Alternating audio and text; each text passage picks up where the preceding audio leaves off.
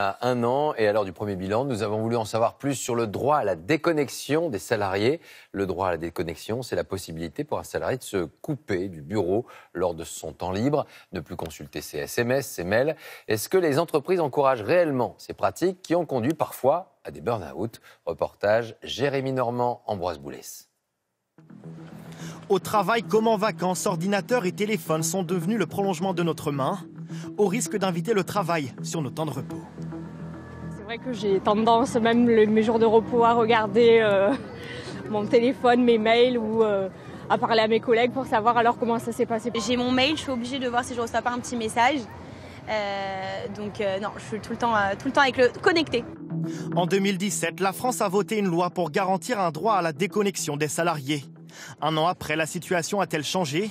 Quelles solutions les entreprises mettent-elles en place pour le faire respecter?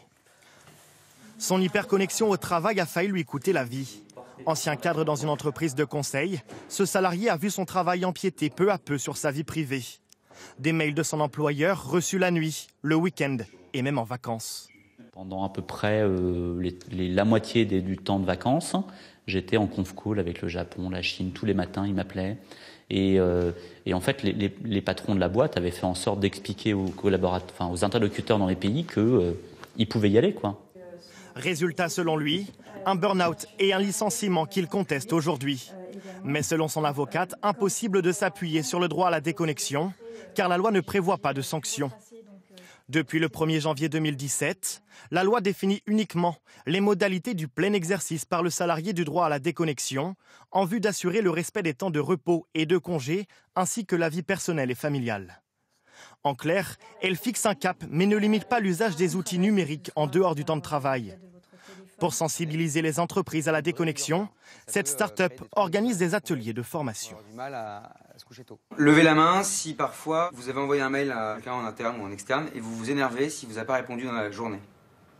Pendant ce stage, ces chefs d'entreprise confrontent leurs pratiques et cherchent des solutions concrètes pour faire appliquer ce droit.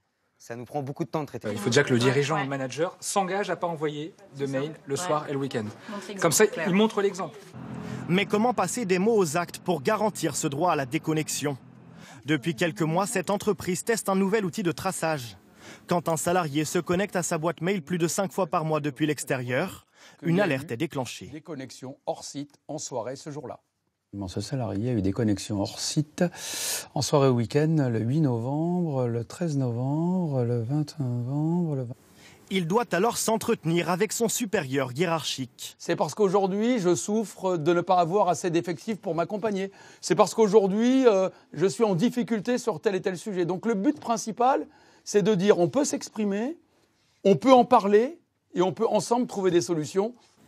En 5 mois, une quarantaine de cas a été résolue.